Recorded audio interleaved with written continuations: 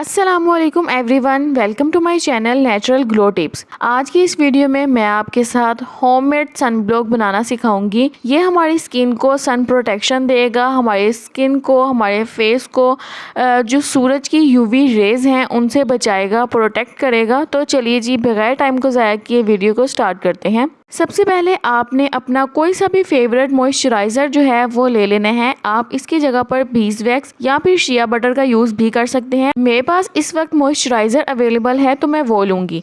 3 चम्मच जो हैं वो मैंने मॉइस्चराइज़र के ऐड किए हैं और उसके बाद अब मैं इसमें कोकोनट ऑयल ऐड करूँगी। कोकोनट ऑयल हमारी स्किन को सन प्रोटेक्शन देता है और ये एक बहुत ही अच्छा सन ब्लॉक भी हो सकता है।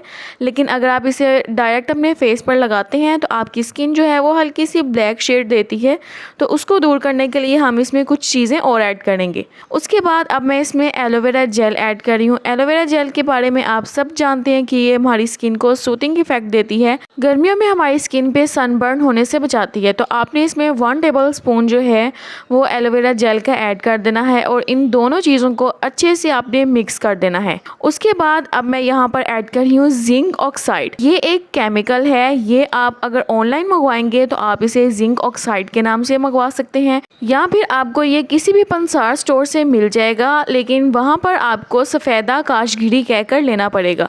जिंक ऑक्साइड में SPF 30 होता है और ये एक बहुत ही अच्छा रिसोर्स है हमारी स्किन को सनबर्न से बचाने के लिए।